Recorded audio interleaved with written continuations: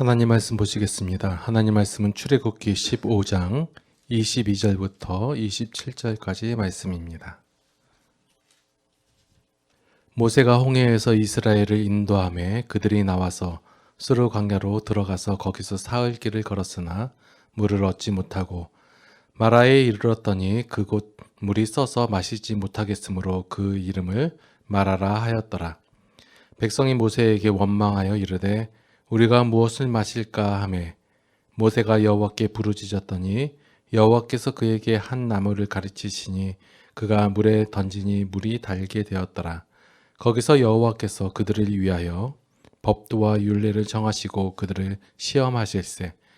이르시되 너희가 너희 하나님 나 여호와의 말을 들어 순종하고 내가 보기에 의를 행하며 내 계명에 귀를 기울이며 내 모든 규례를 지키면 내가 애굽 사람에게 내린 모든 질병 중 하나도 너희에게 내리지 아니하리니 나는 너희를 치료하는 여호와임이니라. 그들이 엘림에 이르니 거기에 물샘 열들과 종려나무 70그루가 있는지라.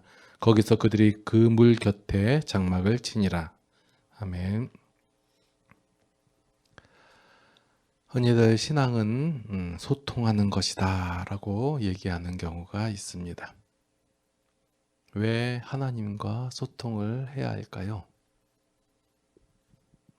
다들 수긍을 하면서 왜 하나님과 소통해야 될 것인가 라고 물어보면 그래야 하나님께서 복을 주시고 우리는 복을 받기 때문이다 라고 생각하는 경우가 많이 있습니다. 자신의 앞에 있는 문제를 해결받기 위해서 그 해결 능력을 가지신 신을 감동시켜야 한다고 생각하는 것이 일반적인 생각이고 일반적인 종교들도 그렇게 강조를 합니다. 그래서 일반적인 종교들이 무엇을 강조하냐면 인간의 열심을 강조하는 것입니다. 열심을 내어서 헌신을 하고 일을 하고 정성을 보임으로 말미암아 그 신이 감동을 해서 그 인간의 앞에 있는 문제들을 해결해 주신다. 이런 생각에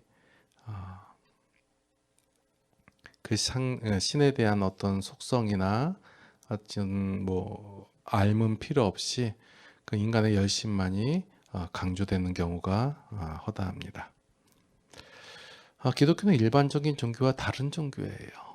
뭐가 다르냐면 인간의 열심이 강조되는 종교가 아닙니다. 여러분들 계속해서 출애굽기를 읽어보셨지만 출애굽기만 잘 읽어도 하나님께서 인간의 열심을 강조하는 것이 아니라 하나님의 행하심을 강조하고 어떻게 행하시고 왜 행하시는지를 알려주고 계시다는 사실을 명명백백히 알 수 있으실 것입니다. 하나님께서는 인간의 문제가 나타난 우리가 생각하고 있는 어떤 문제들, 돈의 문제나 건강 문제나 아니면 관계의 문제 이런 것이라고 생각하지 아니하고 하나님께서는 인간의 문제가 죄다라고 말씀하세요. 그렇기 때문에 죄의 문제를 해결해 주시고 다시는 죄에 휘둘리지 않도록 소통하시고자 우리 가운데 다가오신다라는 거예요.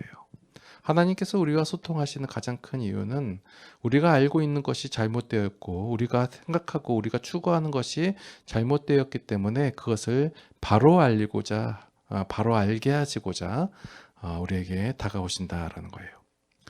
소통이라는 것은 일방적인 것이 아니에요. 그죠? 서로가 서로에게 대해서. 그래서 서로가 서로에 대해서 잘 알아야 하는데 우리가 하나님과의 상호 관계를 갖기 위해서는 무엇이 먼저 돼야 되는지 생각해 볼 필요가 있어요. 무엇이 먼저 돼야 돼요? 제사, 흔히 말하는 예배인가요? 아니면 우리가 예배를 드리는 제사를 드리는 목적? 아니면 제사를 받는 그 신에 대한 그 알미라고 해야 되나요? 이런 것이 우선시 돼야 되나요? 한번 우리가 하나님과 소통해야 된다라고 했을 때 무엇을 소통해야 되는가? 왜 소통해야 되는가? 어떠한 것을 소통해야 되는 것인가? 라고 생각해 볼 필요가 있어요. 그러면 이것을 생각할 때 먼저 하나님께서는 우리에 대해서 어떻게 행하셨는지, 하나님께서 우리에게 대하시는 것이 올바르실 거예요. 그렇죠? 그리고 우리에 대해서 누구보다도 잘 알아 아실 거란 말이에요. 그러면 하나님과 소통이 되기 위해서는 하나님의 문제가 아니라 우리의 문제라는 거예요. 우리가 하나님을 바라보고 제대로 알고 해야지 소통이 되는 거예요. 한쪽에서는 일방적으로 이렇게 주어졌는데 우리가 그 주어진 것을 잘 모르기 때문에 그 소통이 안 되고 있다라는 거예요. 그 하나님께서는 우리를 그 창조하실 때 하나님의 형상대로 창조하셨다고 했어요. 다른 일반 피조물과는 다르게 하나님의 형상대로 창조하시고 그 코에 생기를 불어넣으셨다는 것은 하나님과 인간을 동등되게, 그리고 우리를 그 신의 영역에까지 올려놓으시고 평등한 존재로 대하셨다라는 거예요. 그런데 죄가 들어온 이후로 인간과 하나님과의 관계는 이 수평적인 관계에서 수직적인 관계로 바뀌어버렸다 해요. 하나님은 여전히 우리를 수평적으로 대하시고 평등하게 대하시고 계시는데 우리가 하나님을 수직적 관계로 받아들이고 있다는 거예요. 수직적 관계가 아님에도 불구하고 우리가 그렇게 생각하는 것이 바로 죄의 본질이고 죄의 두려움이고 죄의 공포이며 거짓말이라는 거예요. 우리가 죄에 속고 있기 때문에, 가려져 있기 때문에, 100% 사로잡혀 있었기 때문에 하나님을 두려움의 대상으로, 무서움의 대상으로, 공포의 대상으로 알게 되었다는 거예요. 그래서 하나님께서는 우리와 소통하심으로 먼저 죄로부터 구원하시고 그러한 이후에 다시 관계를 회복시키기 위하여 우리와 계속해서 연락하며 소통하신다라는 거예요. 그러한 작업들이 출애굽기를 통하여 보여주고 있다는 거예요. 그래서 어디를 봐도 먼저 우리가 하나님을 바라보고 먼저 하나님께 회개하고 먼저 하나님께 돌아간다는 얘기가 안 나오잖아요. 먼저 하나님께서 우리에게 다가오셔서 먼저 구원하시고 그리고 나서 나타나는 현상들이 15장과 16장 이렇게 계속 이어지는 내용이다라는 거예요. 자, 오늘 내용에서 보니까 바로 전만 해도 15장 그 처음 부분만 해도 이스라엘이 막 신나서 찬양하고 찬송하는 장면들이 나오잖아요. 여호와 하나님은 막 위대하시다, 광대하시다, 그 능력이 크시다 말하고 막 찬송하다가 바로 오늘 본문에서 사흘 길 걸었더니 물이 없어가지고 원망하는 장면이 나와요. 그렇죠?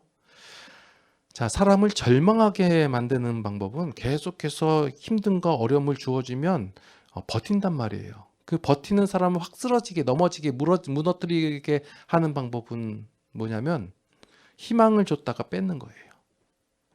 이 괴로움이, 이 어려움이 없을 수도 있겠다. 없어질 수도 있겠다. 벗어날 수도 있겠다라는 희망을 줬다가 뺏게 해요. 자, 이스라엘이 지금 고난을 당했잖아요. 막 힘듦이 있다가 물이 있어요. 희망이 있는 가운데서 이제 물을 마실 수 있겠다 해서 가는데 그 물이 쓴물, 먹을 수 없는 물이라는 거예요. 그러니까 뭐가 나와요? 원망이 나오고 불평이 나오는 거죠. 자, 이스라엘이 고난을 당할 때마다 불평, 불만을 드러내고 원망하는 이유는 바로 하나님을 잘 몰라서 그랬던 거예요. 바로 전에 애굽에서 그 놀라운 이적을 10가지나 보여주신 그 하나님을 이스라엘 백성들이 알고 있었다면 지금 요 앞에 있는 그냥 쓴물 정도야 하나님께서 해결해 주실 것을 알 수 있을 텐데 전혀 다른 하나님으로 이해하고 있다는 거예요. 그래서 하나님께 곧바로 원망하는 게 아니라 그들을 데리고 오는 하나님의 대리자인 모세에게 원망을 하는 거예요. 왜 모세한테 원망을 할까요? 곧바로 하나님한테, 그러니까 여태까지 봤잖아요. 그 애굽의 군대를 막 그 없애버리신 그 하나님의 능력을 봤기 때문에 괜히 하나님한테 그 원망했다간 그 혼날 것 같으니까 눈에 보이는 모세한테 원망을 하는 거예요. 불평을 하고. 그래서 성도들이 목사한테 뭐라고 하는 거는 당연한 거라고 생각해요. 그럴 때 모세가 뭘 하냐면 하나님께 부르짖는 거예요. 자, 하나님께 부르짖었더니 하나님께서 어떻게 하셨어요? 어떻게 하셨나요? 너희들은 왜 원망하고 불평하느냐? 왜 순종하지 않느냐? 왜 기뻐하지 않느냐? 하면서 막 때리셨나요? 아니요. 곧바로 그냥 쓴물을 달게 하셔가지고 이스라엘의 목마름을 해결해 주셨다는 거예요. 그래서 우리의 설교가 잘못되는 게 뭐냐면, 자, 우리 많은 설교 들어봤죠. 하나님께 순종하십시오. 하나님께 헌신하십시오. 하나님 앞에 기뻐하십시오. 그러면 하나님께서 여러분들에게 복을 주실 것입니다. 여러분들의 문제를 해결해 주실 것입니다. 라는 설교를 많이 들으셨죠. 하지만 오늘 본문의 내용 가지고 근거해가지고 설교를 하면 어떻게 설교해야 되냐면, 여러분 힘듦과 어려움과 고난과 문제에 닥쳤을 때 여러분들은 하나님께 불평불만하십시오. 원망하십시오. 그럼 하나님께서 해결해 주실 것입니다. 맞잖아요. 오늘 본문 내용 보세요. 이스라엘 백성이 언제 감사했으며 언제 기뻐했으며 언제 순종했나요? 불평불만 그대로 했어요. 늘어놔요. 그러면 하나님께서 해결해 주잖아요. 그래서 우리도 고난 당할 때 하나님을 원망하며 불평불만을 쏟아내라고 설교를 들어야 해야 정상인 거죠.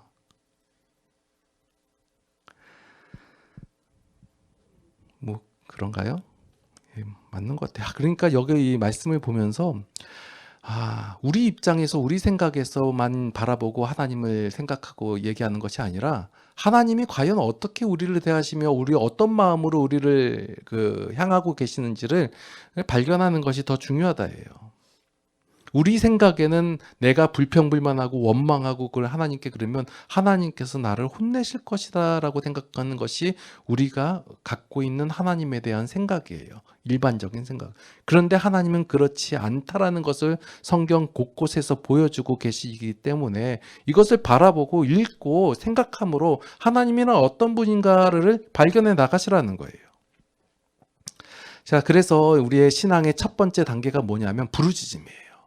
그냥 그 부르짖는 대상에 대한 어떤 그 정보도 지식도 암도 없는 상태에서 단지 내 앞에 있는 어려움을 그냥 나타내라는 거예요. 부르짖으세요. 여러분들 하나님에 대한 지식이 없고 여러분들의 수준과 상태와 상관없이 그냥 닥친 문제에 대해서 원망하시면서 불평하세요.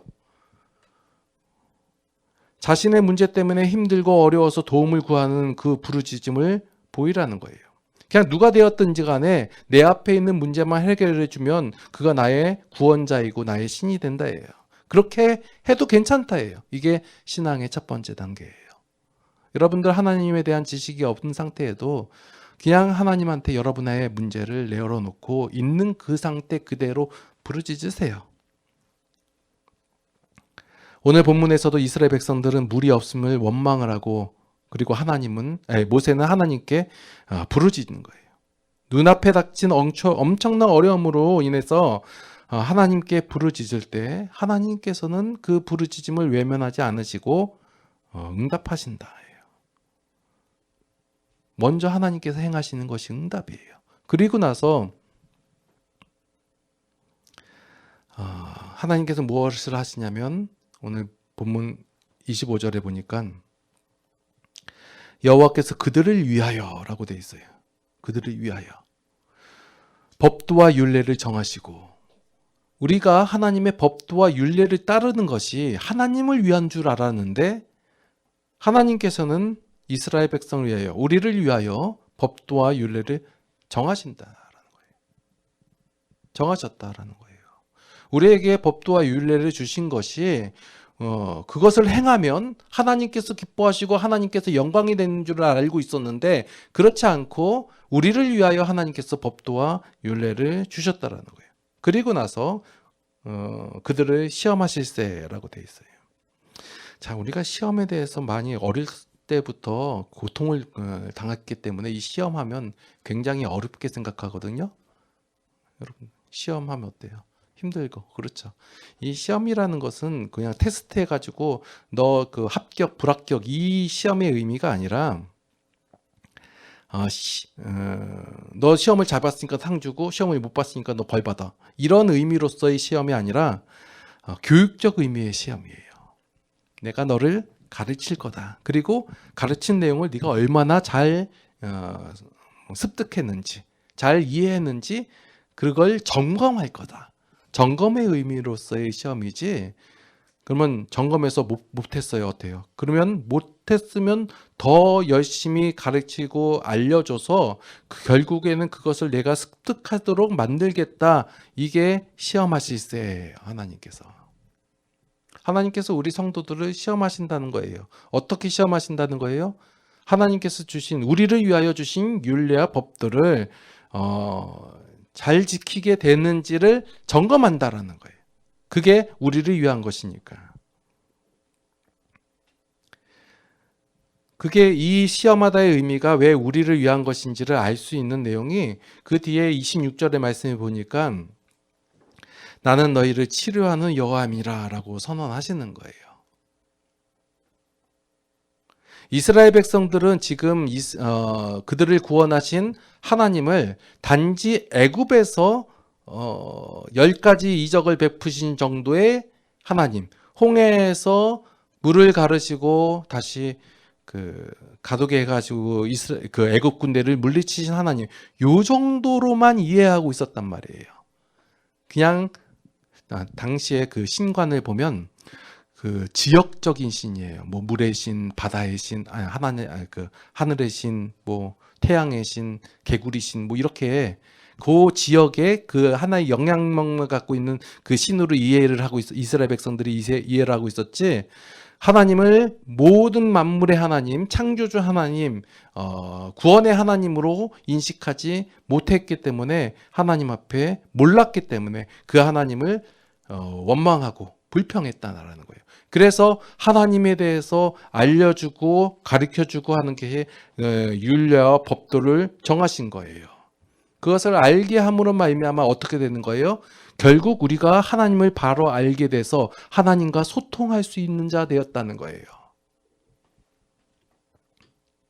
그렇게까지 치료하겠다라는 것이 하나님의 선언이다라는 거예요.